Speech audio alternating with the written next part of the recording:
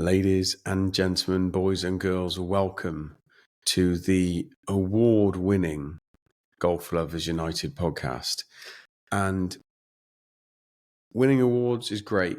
Maybe some of the awards we won are small, but thank you to everyone that's voted for us and that likes us, and I appreciate it.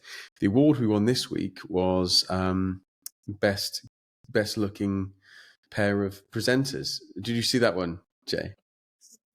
I have not seen that. That's not a surprise, though. I mean, no, it's mainly me voting in categories and competitions that I create. But look, it's been really good. No, in all seriousness, thank you for all the positive feedback we've had the last couple of weeks. It was quite weird. Like I got, as I said, I got a lot of negative kickback on the whole TGL stuff. We're going to cover it this week, and again, I'm going to be fair and I'm going to pull it apart on what's not good, and actually praise what I still think is good. But yeah, it was just weird. Like I think there were some people that thought because I like LIV so much that I would also be anti anything that had to do with the PGA Tour. You are a little bit more.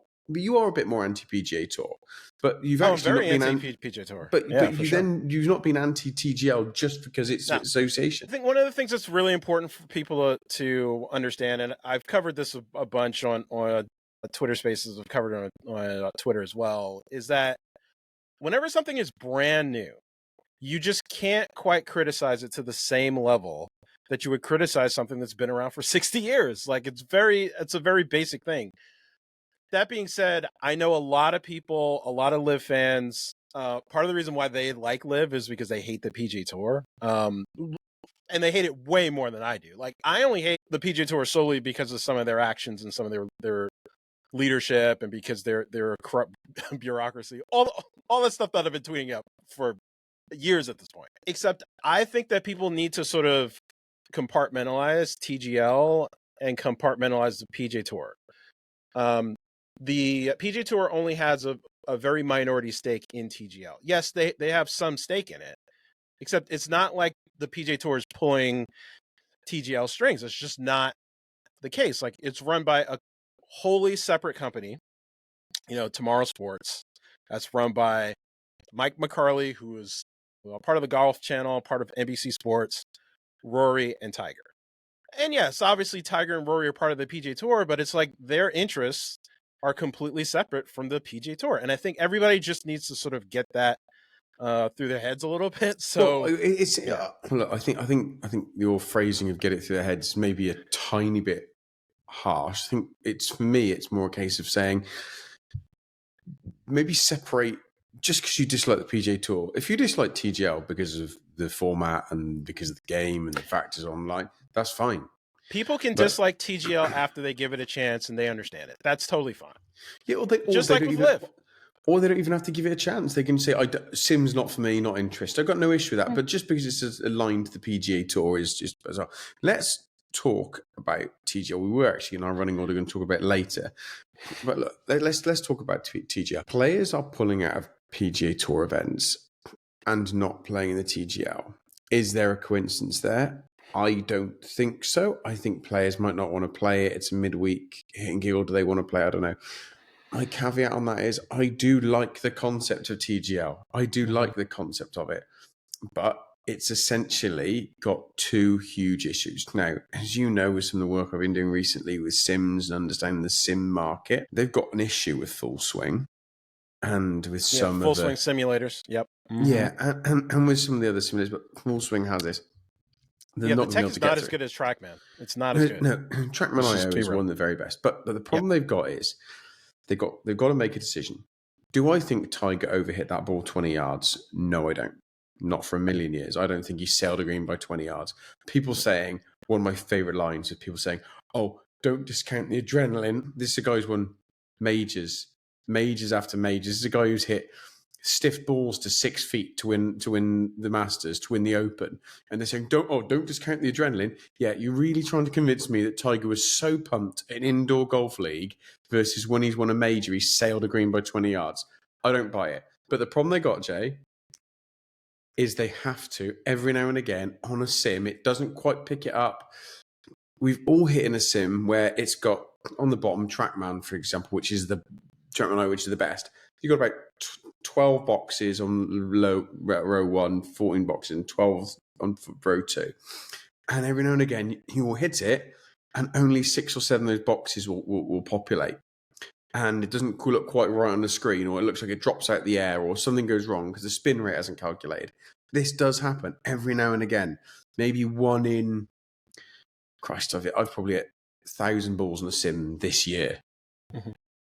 It's probably happened 10 times, maybe 12. So they've got to have the ability in that league to go miss it, re-hit. But they can't do it. They just can't say it. No, here's part of the problem though, is they've invested so much in this. Like this is not just your run-of-the-mill simulator. Like this is the state of the art. It's the largest simulator in the world. It's got the most amount of investment ever put in the simulator for this very reason, to make sure that everything is accurate. But it can't be accurate all the time. It can't be accurate all the time. We know it can be. It can be. I have faith in the technology that it can be. The problem is, and the Tiger shot is one thing. The problem is we saw it over and over again. Like these pros know, they'll know kind of where the ball is going without even looking at it. Like it's very easy for them to figure out, oh, I pulled that, or that's got draw on it, that's got cut on it. Like even I can do that, and I'm not even close to being on that level. So like being able to predict that ball flight is pretty easy for them to do. And I remember Sahith and Max Homa very specifically in those TGL matches, they were like, I didn't draw that. Like I didn't hook that. Like they kind of said it under their breath, but it was very, very, I perceived that it was a really, really important thing, because part of the thing that got me excited about TGL was the actual technology. And if the technology is not there to accurately pick up every shot, to accurately, pick up every little detail, like it's not going to work. So it's something that they have to really get their hands around, and I'm not sure if they're there yet. Sure that you say they can get it right. I'm not sure they can. If the best technology, which everyone agrees is TrackMan.io, is the best TrackMan and GC Quad and yeah, like you can have but TrackMan, as I said, TrackMan 1 in 70, 1 in 80, 1 in 100, it won't quite give you all the data points. Except that's why you need to have multiple data points. Like for that 1 or 2 the TrackMan doesn't pick up, like you could have GC Quad there. That's why some of these players have GC Quad and TrackMan out there on the range, like because but between those two, you're guaranteed to pick them all up. But that's the problem. They can't do that. They can't. No, because they're sold TGL. That's what I'm trying to say. Mm-hmm. TGL cannot get it right because they're using one piece of tech only. If they had full swing and a TrackMan, then it would be maybe 1 in. With the overlay of that, it'd be infinitesimal. It's going to be 1 in 100. It's going to be 1 in 100,000, isn't it? It's monkeys in a typewriter creating Shakespeare. They're going to do it eventually. But exactly. Yeah, if you have 2 high end pieces of tech, but they're not. They're stuck with full swing, so they need to have the ability to say that was a misread. A referee goes, a big red cross comes across the screen, and it just blanks out, so you can't see where it lands, and it just says misread. They need to do that, something, because they cannot have Tiger Woods sailing the green by 20 yards and absolute belters on Twitter trying to claim that don't underestimate the adrenaline. Please stop. I mean, adrenaline could be a thing too, just because it's an enclosed environment. Mate, it's a stadium. It was 110 yards with a wedge for Tiger Woods. Think of the shots he's hit in his career. For adrenaline. I've seen him air. It's not like Tiger's infallible. Like he can airmail a green every now and then. Yeah, but not by 20 I think yards. By the amount that he did, it was a little bit questionable. Except like I said, it wasn't just that thing. There were like 3, 4, 5, 6 times where I was like, wait a minute. There are problems with the tech here. It's very clear to me, and that to me alone.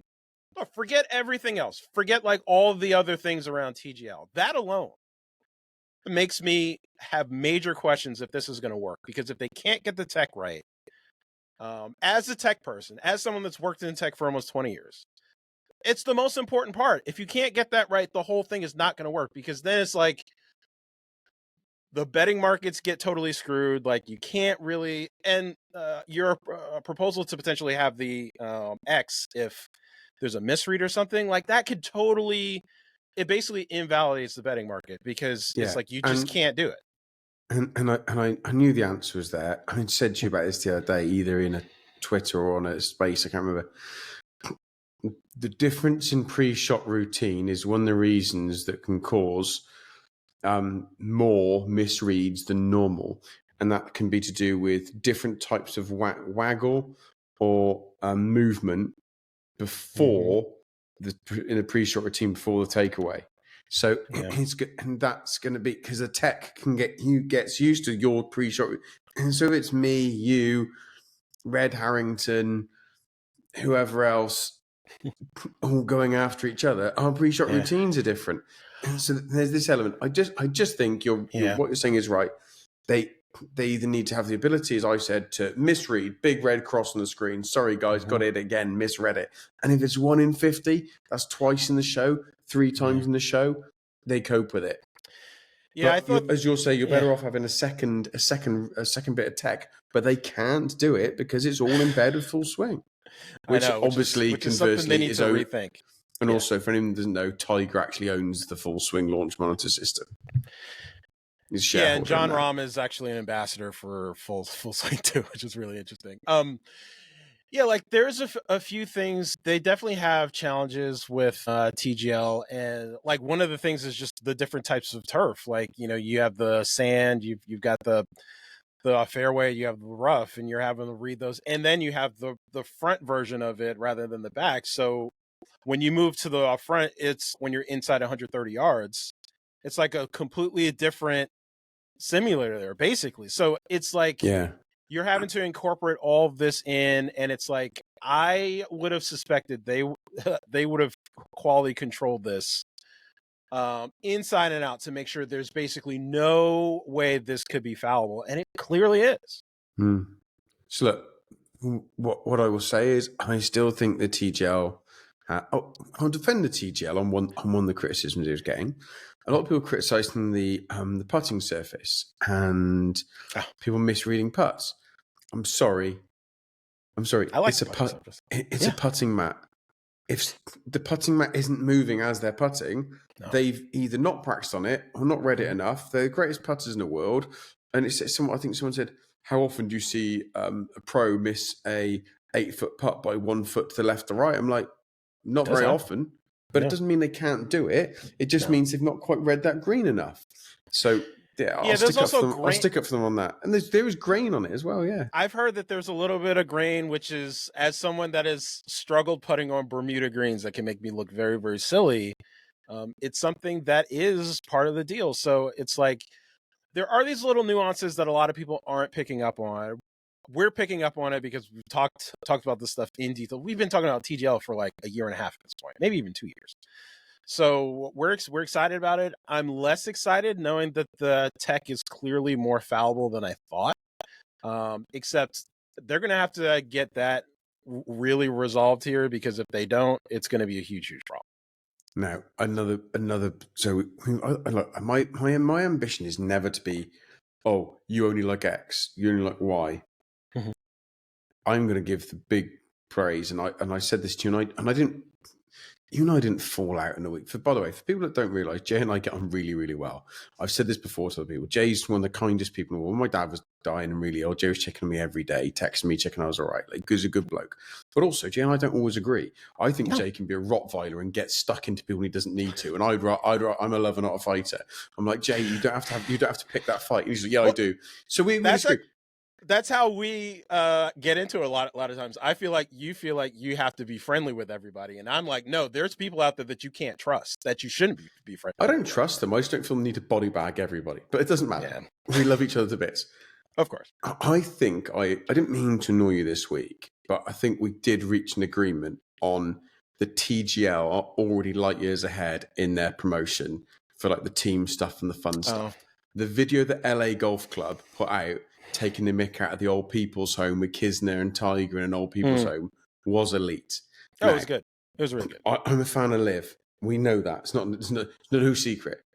How in 3.5 years have LIV, who I think are great, and I've got friends on the teams, and guys take this with a blunt bit of love and honesty, allowed themselves to get behind an organisation that hadn't played their first game. Yes, they got the PGA machine behind them. Yes, they got experience behind them. Yes, they got other people. I'm not stupid. But their very first promo that LA Golf Club did, taking the mick out of Jupiter Links Nursing Home, was phenomenal. That was great. And I'm just like, the DP World Tour still the leader. You're getting to the solution that I was about to get to. Yeah, the DP World Tour, their social media team has been so good for so long. Like, I remember them doing the interviews with the little kid interviewing Rory, asking really like inappropriate questions. That was like 2016, 2017, something like that. Like, they've always been top notch. Like, as long as I've been, for the most part, since I've been following DP World Tour on social media. This is even before they were the DP World Tour. This was back when they were the European Tour. I do think that some of the LIV teams are ahead of the other teams. There are teams that I feel like could be doing more with their social, more with their creatives. And I think that TGL is the same. Like, LA Golf Club, I know who they have behind the scenes doing some of the creative stuff. Like, they are very, very top notch. Some of the other teams, like New York Golf Club and like San Francisco, the Bay Golf Club, they don't have the same level of creative. That's why that LAGC seems like they're ahead of the game. LIV teams, every LIV team, they 100% need to step up their creative, and we're getting to the point now where every single team has a GM. Every single team is going to have a plan moving forward. I want to see every team step up their creative, step up their social media stuff.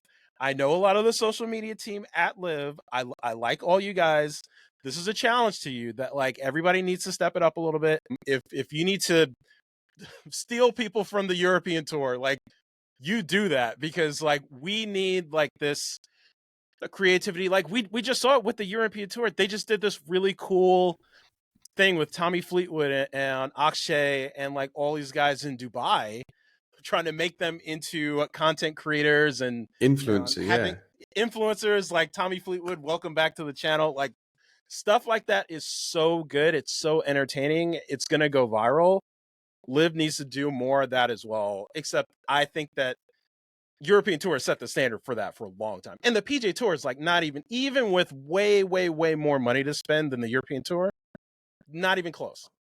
And like, again, I understand people are busy. There's a lot going on, but it's not hard. I can think of 7 or 8 really easy to execute fun ideas that every one of the teams could be doing on LIV. Some that are generic, where they all do the same thing. But like, you could do a fun video where the Majestics, because they've got a lot of English players, they do a little video where they try and steal Tyrrell Hatton as a joke. Like, to be a reserve, like, you just have fun with it. It doesn't have to be serious. It doesn't have to be.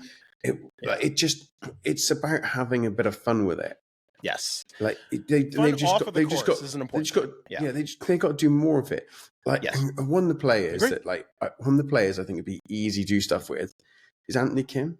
AK so fun, so relaxed. You could do loads of stuff where, like, AK like dresses himself in some range coats gear and just tries to sneak on, like, to play in their team, like, whatever it might be. You can just do all of these different fun things. And like, I just don't know why it's not being done.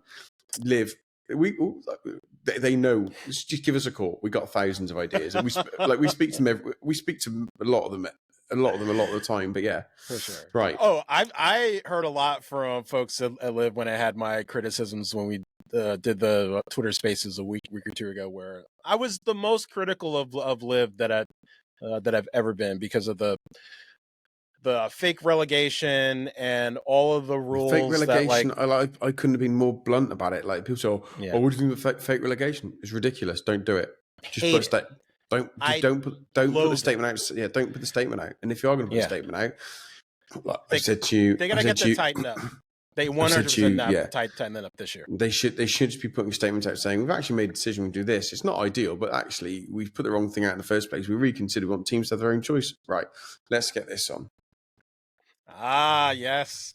Congratulations to Tyrrell Hatton winning the Hero Dubai Desert Classics. One of my favorite events. I've been tweeting about it all week. I thought that this is his 5th Rolex Series of event win. He ties Jon Rahm for the record. I mean, for Legion to have the 2 winningest Rolex Series players on the same team kind of speaks to, man, Legion's going to be tough to beat this year, McKibbin especially adding Tom McKibbin to the team too. Like, he's one of the great. He finished in the top 10.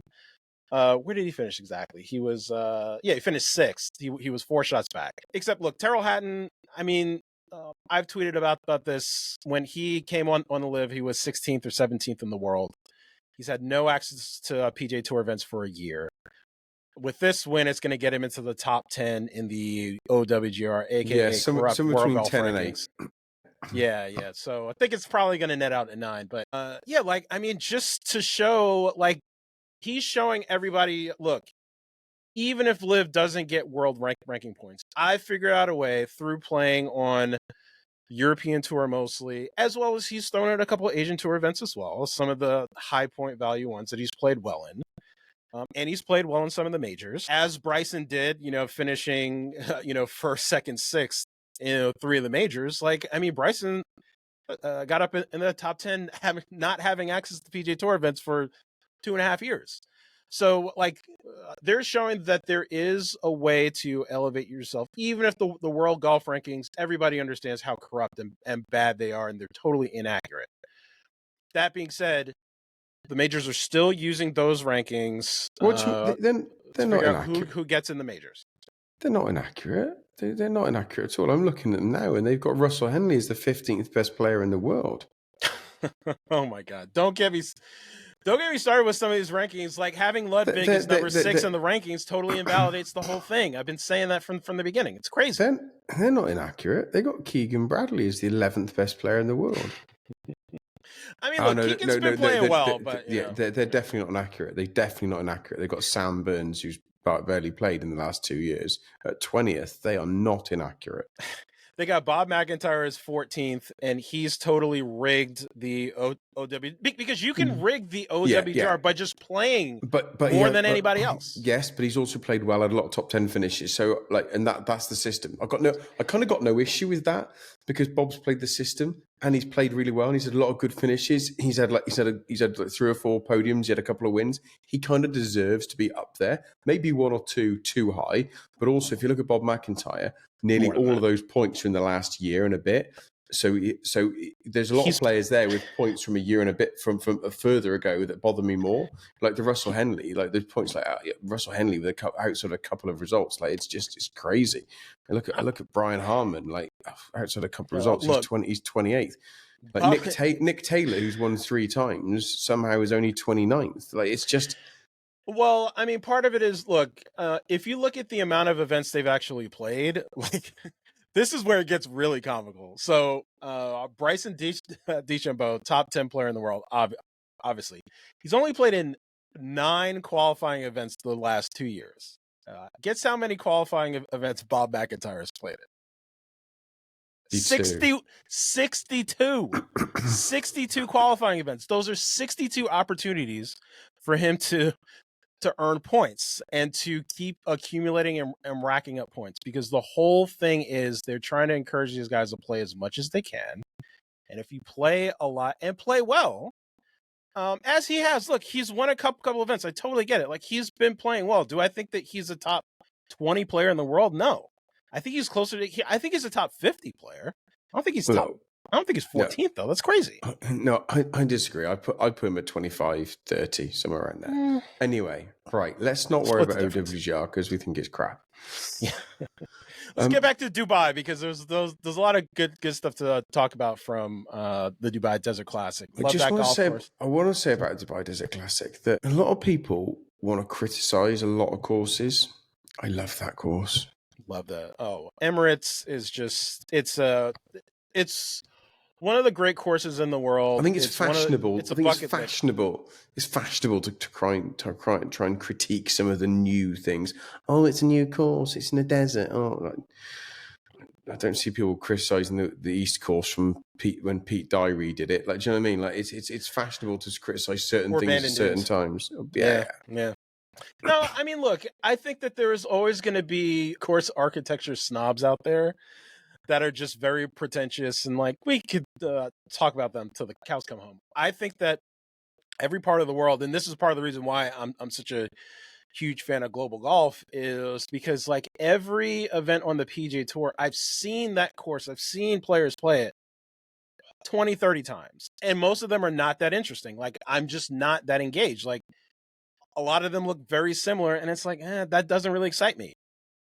Emirates Golf Course, that excites me because it's like the backdrops of the city of Dubai, like some of these great holes that are risk reward holes, that like the 18th hole, really the last 3 holes at Emirates Golf Club are like so memorable to me, especially the 18th hole, because so much can happen on that. Like, you know, it's a reachable par 5, except there's just a lot of things you got to think about.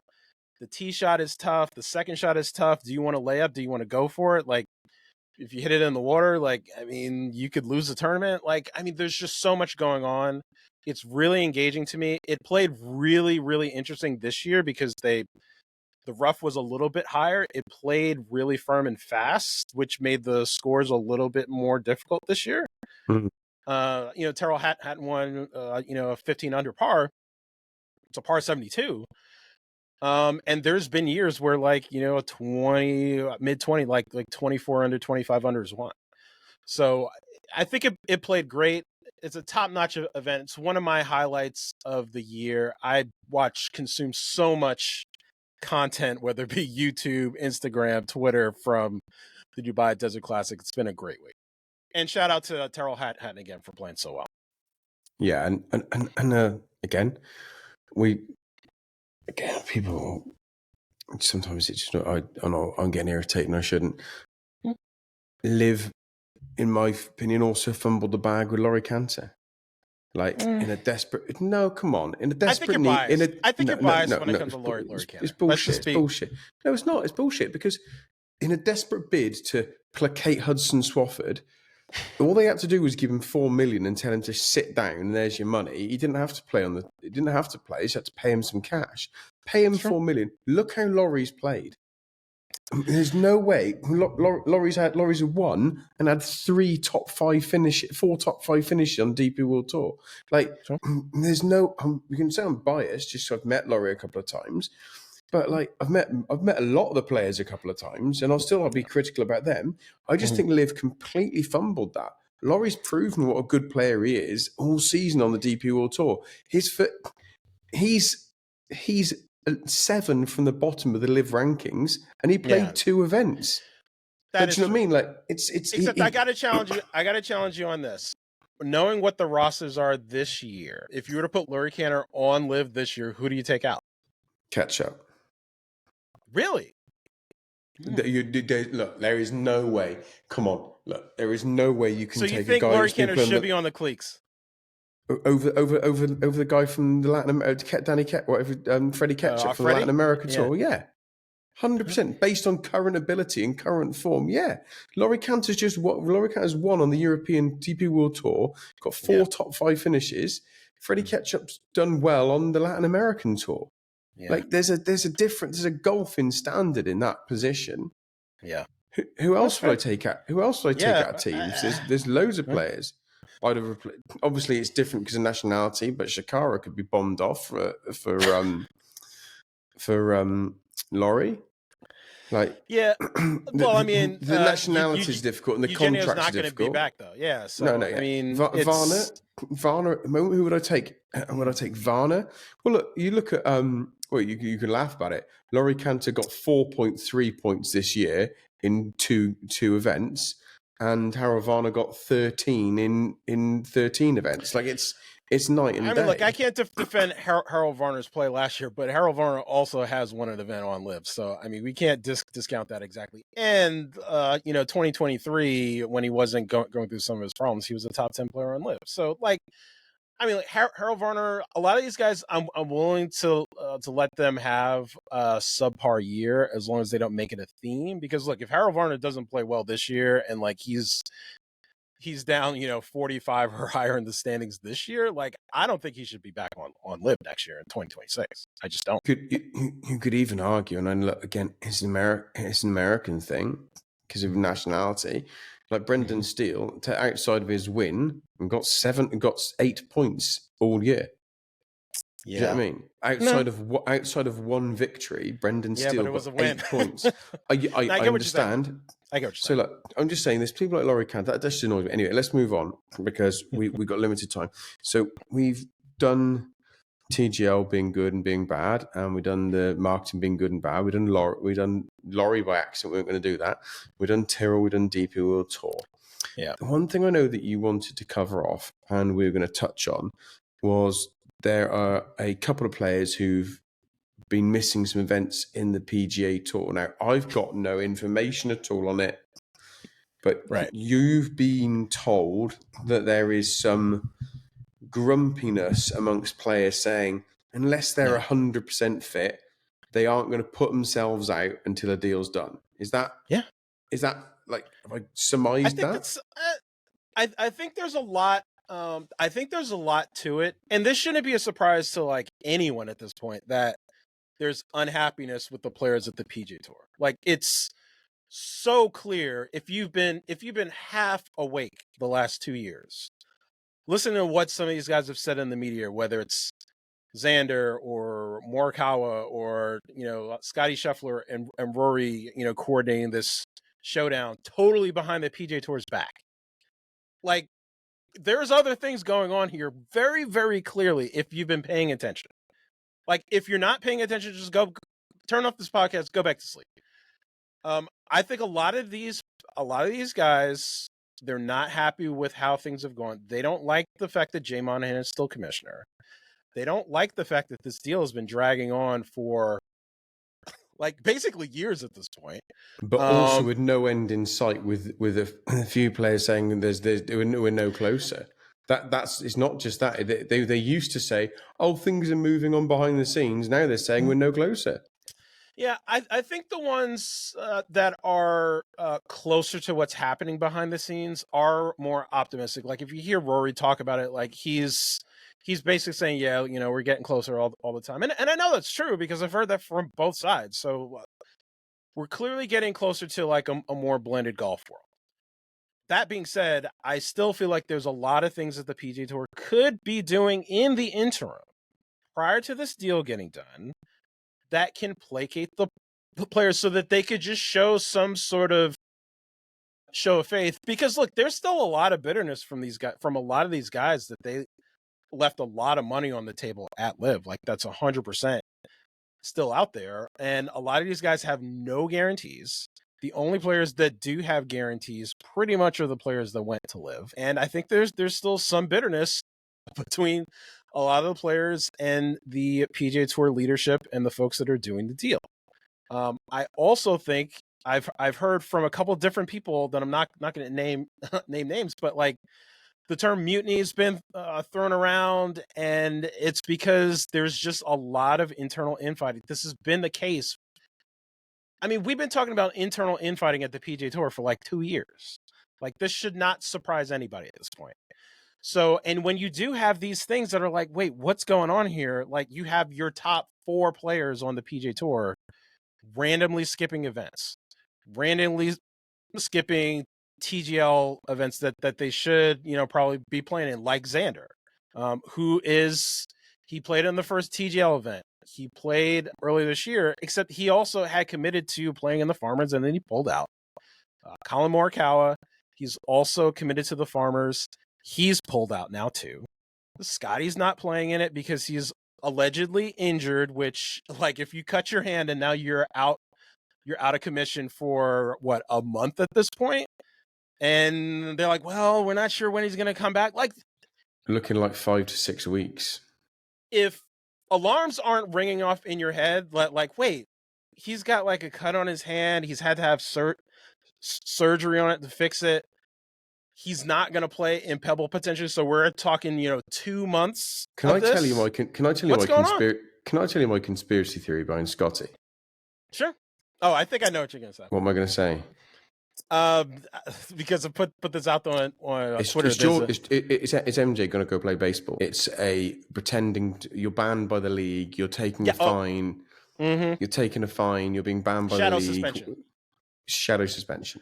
Just like what happened with DJ. DJ. Yep. What happened with DJ a few years ago when he took time off. It was very out of the blue. He wasn't really injured. And it turned out, it was a 6-month suspension because he had tested positive for a banned substance. That's a documented fact. I'm just saying, did Scotty get a shadow ban for playing in the event with Bryson, showdown. Brooks and Rory? Look, Rory and Scotty have not played on the PGA Tour yet this year. Rory and Scotty have not played on the PGA Tour, and also, look, I'm putting it out there. I'm not really a conspiracy theorist. I listen to Rogan, but that's as far as I go. I'm not a conspiracy theorist. There's the odd one, I think. By the way, somebody says I believe in no conspiracy theories. I think that's just as mental as somebody says I believe in all of them.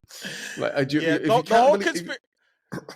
in no conspiracy theories is nuts.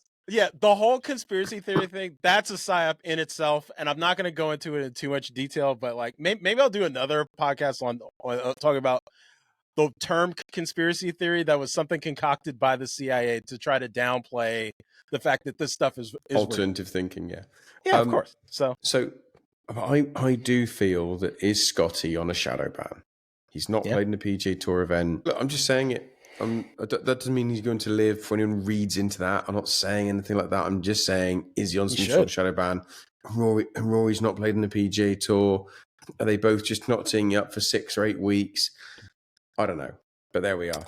Seems a little strange, though. Let's move on very quickly because you and I we're targeting 55 minutes and we're already at 40. So let's try. I'd love I did my sermon, my goodbye to Greg almost, which is. Greg, thank you for what you did. Like, I use the phrase, I've used it a lot of times. He was the only man, really, in my opinion, that had the strength of character to wear the slings and arrows that he just constantly took and take them for the players. There's a very famous football manager over here in the UK that was over here for many, many years called Jose Mourinho. Oh, I actually know who that is. Yeah, so when Jose's team, he's infamous for doing it. When Jose's team played poorly, rather than his team take criticism, he'd go out in front of the media and say something kind of outlandish, like blame a referee or attack someone in the media or something, or say something just bizarre or controversial or so esoteric it made no sense.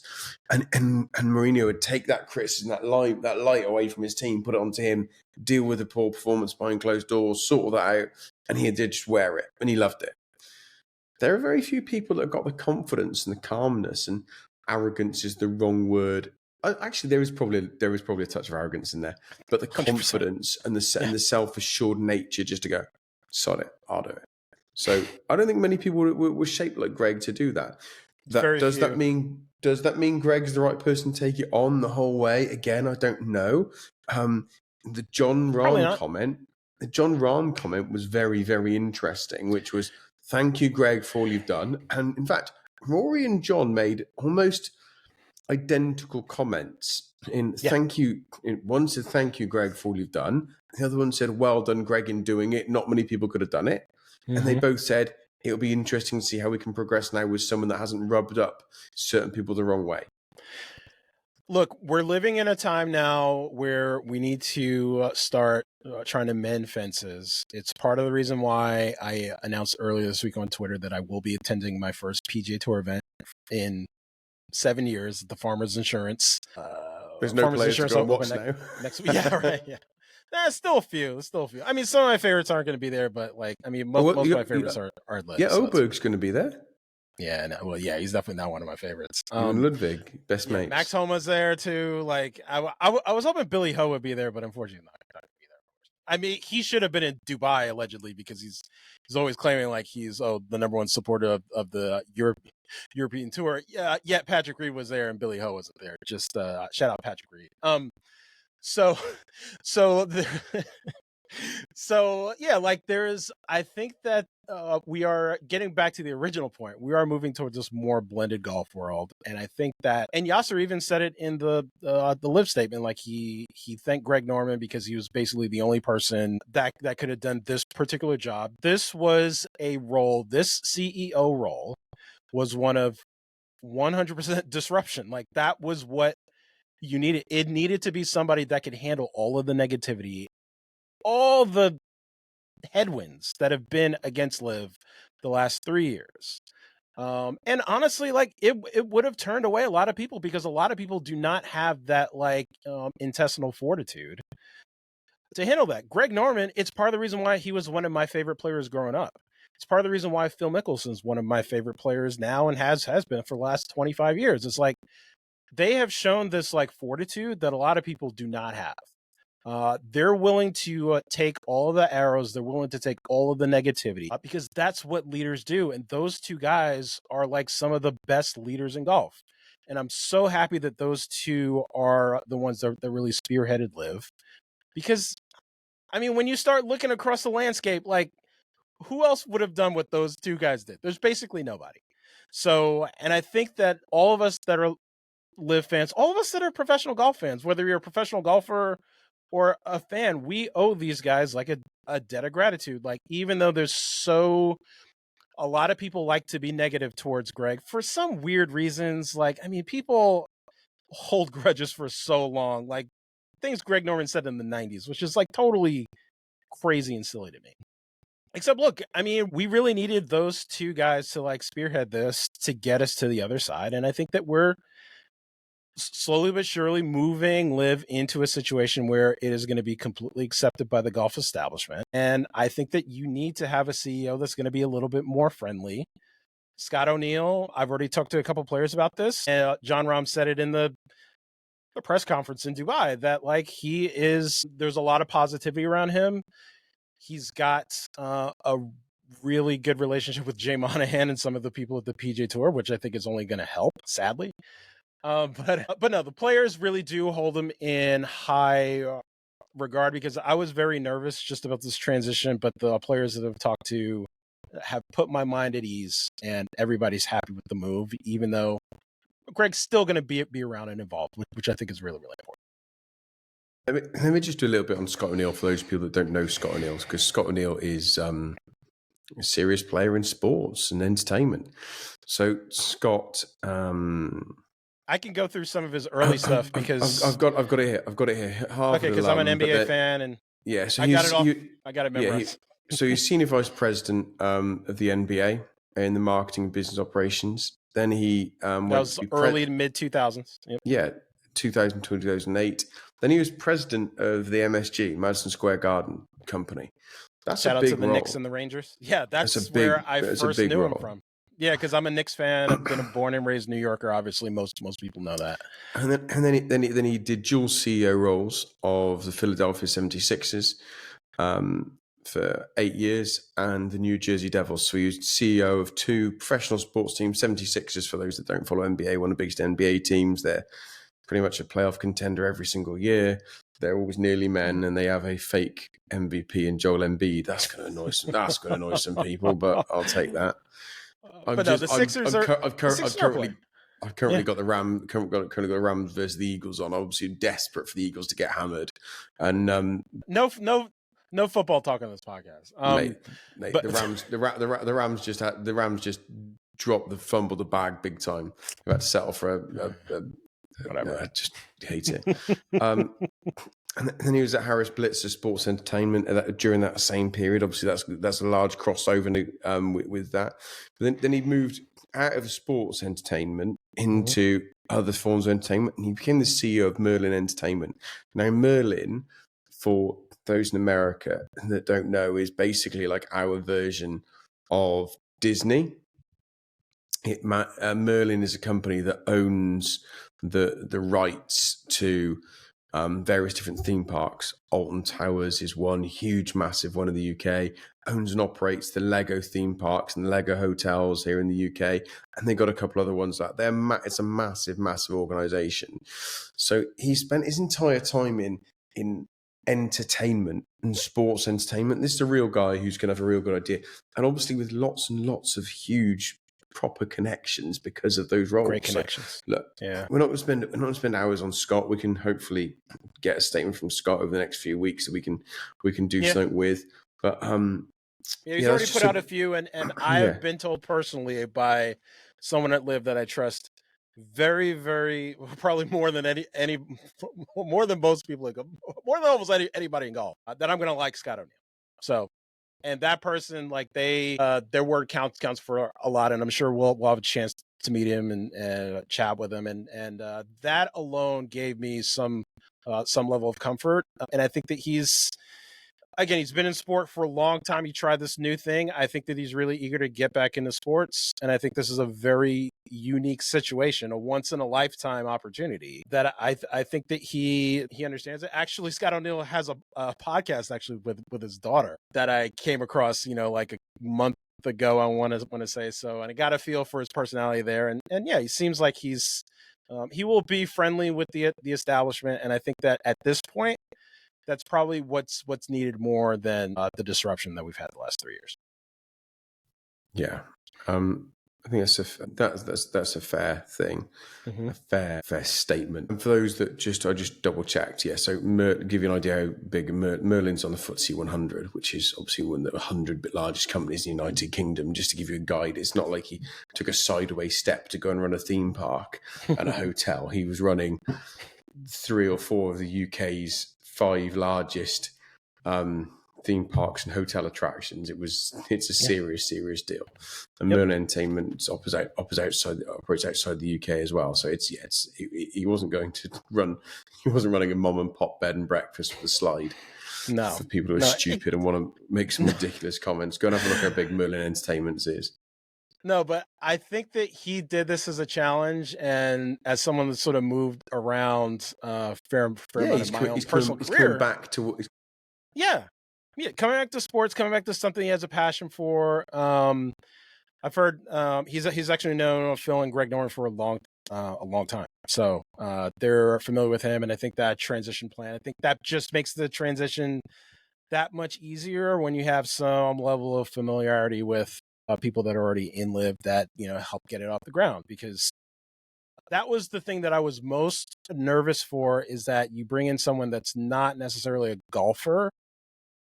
Then I wasn't sure if he was going to fully understand all the nuances and like important things. The reason why LIV is so important in the golf ecosystem. He fully understands it.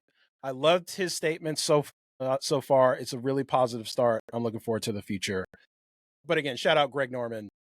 It's one of my favorite people in golf, and I think he did just a phenomenal job sort of getting LIV off the ground. Great job criticizing me and my own golf game, because it's something that I'm never going to forget. So, and he was probably one of the reasons why, I won the Tucson Pro-Am, a year and a half ago. So shout out to him. Remember, I was on the range at was you with me? We're on a range at JCB, and Greg comes out. It's just you, me, Wade Ormsby, Luke, who's doing the filming for us, and Prev. And there's an older guy, late 70s. We didn't know who he was at that point, on the range with obviously his grandson. And we later find out he is part of the JCB family. Yeah. And Greg just walks out and just looks to his left, looks at me on the range, looks at me like this, then walked off and go, "You're bad, but you're not as bad as you could be," and then just walked off. Yeah, I know. And just nodded at us as if to go, "All right, fair enough." And I just looked at Prev and went, "That was brilliant." It's great. He said he kind of wants to say out loud, "You're shit, but not as shit as I thought you were going to be." Exactly. But he got the point across, because he's authentic. Like, the authenticity with Greg Norman comes out. People don't realize Greg is not a huge talker. No. I think some of the things with him rubs people the wrong way. Yeah. And I think like when he does talk, he's very impassioned. Yes. But he's not like you and I who are chatting all the time. Like Greg spends a lot of his time walking, and the people next to him are very quiet, and Greg's taking it all in. Yeah. That's anyway, right. It's now Oh, the Eagles. Oh, come on, I can't be doing this. Right. Like, mate, as a Dallas fan, I can't have the Eagles versus the Reds, the Commanders. Call them the Redskins. It's fine. I can't have that. Well, is that true? That's going to court to be reversed because the native Indian community have said that they feel they've had that taken away from them, and they didn't want it. Is they didn't that want true? it changed. Yeah, there's a lot of truth. There's a lot of truth to it, and this just goes to show you that like a lot of these things, the woke mind virus, quote unquote woke mind virus, that's been sort of here in the United States for a while. A lot of these things are not necessarily wanted by the people that it supposedly impacts the most. Like I think it's the great granddaughter of the Redskin mascot, basically like that's actually modeled after a real guy, a human being, real human, and like his family never wanted that gone. Like his family wants them to reinstate it. So I mean, and that actually shocked me. I was like, why didn't the Washington football team, Washington Commander, why did they consult the people that it impacted the most? So it just goes to show you there's more going on behind the scenes here. They were trying to placate other people.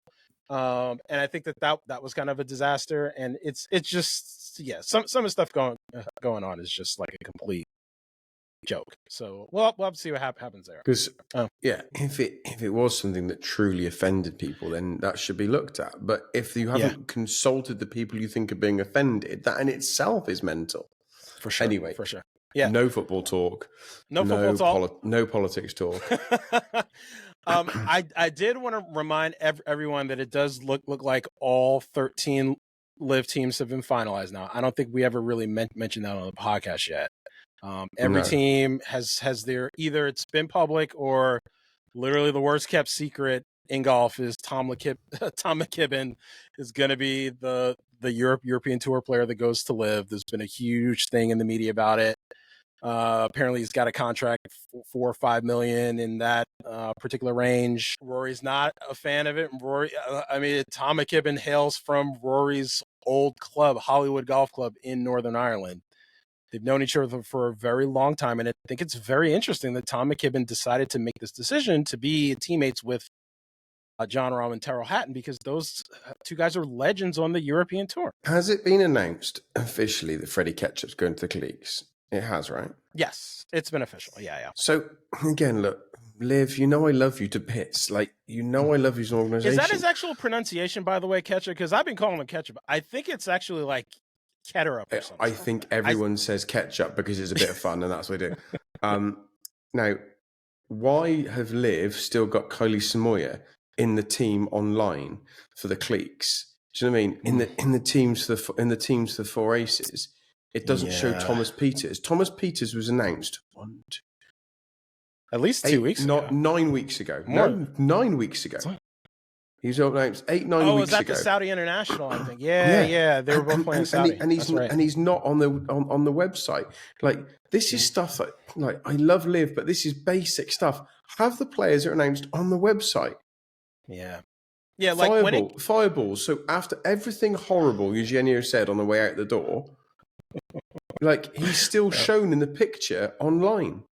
Is he really? Oh my God, that is not good. So his name is no longer in the Fireballs team on the bottom. That when it shows the Fireballs players in the team, but he's still in the team picture. He's still in the team picture. Okay, yeah, that's not good. Especially because I know they've already had their photo shoots. The Ironheads have still got Scott. The Ironheads have still got Scott Vincent in there. Yeah, it's just such a bad look. Just get it done. Yeah, and I think that there's just look, as we the range goats have got Thomas Peters shown as a listed player. Like it's just that is strange. That's definitely I don't know what needs to be done, and I know it sounds daft, but like is it like the LIV just need to say to idiots like us, I don't need any bloody money. Like what are we missing? Well, just have your website up to date. You've got 30 staff in that department that do communications and website and social media and editing and on the day stuff. Just someone go in and move the right players to the right places. I mean, or have each team just be responsible for this corner of the website too. Like, I mean, we've known that like eventually a lot of this communication is being transitioned to the teams, and it's going to be very decentralized from sort of central LIV communications. Like we get all that, and a lot of these teams have their own schedule and their own plans for releasing information. But that being said, like we've known about some of these moves now for weeks, months. Like this stuff needs to be updated. Like there needs to be official communiques out there. Like there does need to be more 100%. Like because I hate. Ben Campbell as reserve player who's now on range goats. It's got Laurie Canter who's now got a PGA Tour card. Like it, do you know what I mean? It's just sort it out. It's not a good look. And yeah, look, I think like a lot of this ties into the social media stuff that we talked about and some of the creative stuff. Like there just needs to be a little bit more with that. And does that mean like more money needs to be invested? I don't know. Maybe with this investment in the DP World Tour, like some of them can like make their way over to some of these teams, because I think that could be a very easy win for everybody. So we'll have to see how all that plays out. I did want to just touch really quickly on Eugenio, who obviously is a friend of the podcast and is not going to be on LIV next year. And I've gotten into it with a lot of people online about about everything that sort of happened with him. Like we've known for a long time that he likely wasn't going to be back on LIV this year. And it's not because of his talent, because he is an elite player. Like his talent level is very, very elite. Well, I as you know, I always said to you, I was told by two different players on LIV that Eugenio is a top 10 ball striker on the tour. I agree with that 100%. Like because he's that good, and like you don't elevate in sort of the amateur and college ranks without having that level of ability. Except this is where the team concept in LIV is so interesting and so compelling, because talent's not everything. Like sometimes you don't fit in on a team or in the league, and word gets out, and like, I mean, very clear players are either going to fit in or they're going to fit out. I think every player is going to have that opportunity to do that. And I think it just goes to show these young players that like having a great attitude and being positive and stuff like that is almost just as important as how good of a player you actually are. And I think that that's an important lesson for everybody moving forward. Obviously, the corrupt golf media is going to run with all the negative things that Eugenio said about LIV. Except it's like, I knew he was going to say that, which is why I tweeted that 4 months ago. Like, because like, I know how these agents and managers are, and they are looking out for their client. They know what their client has to do in order for him to reach his goals now that LIV isn't an option. And this is where we're at. So, and that's fine. Like, I don't fault Eugenio for the things that he said. Like, I totally get that. Except I think that, I mean, probably LIV could have gotten out in front of this too and did something like they did with Pat Perez, thanking Pat Perez for his time, thanking him for his contributions to the league. Except obviously Pat Perez isn't going to be back next year on the course. Although I've heard, sounds like another unsubstantiated rumor, that it sounds like he's going to do some on TV for LIV, which is going to be really, really interesting, because I think that he could be very elite. He could be maybe even a better broadcaster than he is a player. So shout out Pat Perez. I think what PP can be with that being something is he can be very real and fun, and he can shit talk all the other players, and they're going to know that, do you know what?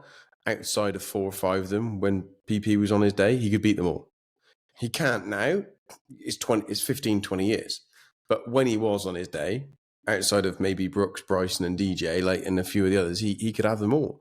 And that'll be good fun. I'm not going to get involved with the Eugenio stuff. He's a very talented young man. He's allowed his own opinion. He's allowed to feel how he feels on all of that. The one thing that I took umbrage with was where he made it look like he chose to leave LIV. He didn't. That was a lie. That was a lie. So, like, for me, like, just say, look, no one at LIV wanted me. LIV didn't want me. And thanks to LIV for my time there, and here are the things I feel.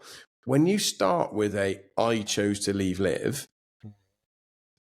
it waters down your argument. And again, if he's watching Eugenio, and we know he has done, and he's been on the show, I think I've always gotten with him, and I think he's an incredible talent.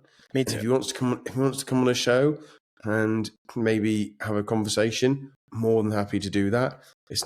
And be a fair conversation. Yeah. And we're always happy to talk. But look, I found him always to be a nice kid, been lovely to me, absolute stick. And I wish him all the best for the future. Just my advice to 42-year-old bloke, just be truthful all the time. Like, just say, look, I couldn't find a team to be on at LIV, and here's how I feel. By saying I chose to leave LIV, and here's how I feel, when people know that bit isn't true, it doesn't help your argument. Nope. I think everyone would have taken the other comments way more seriously without that bit at the front. Anyway. 100%. Agreed. Are you ready? Are you ready to say goodnight? Because I got to go and watch. Hopefully, this Eagles game's really grating on me.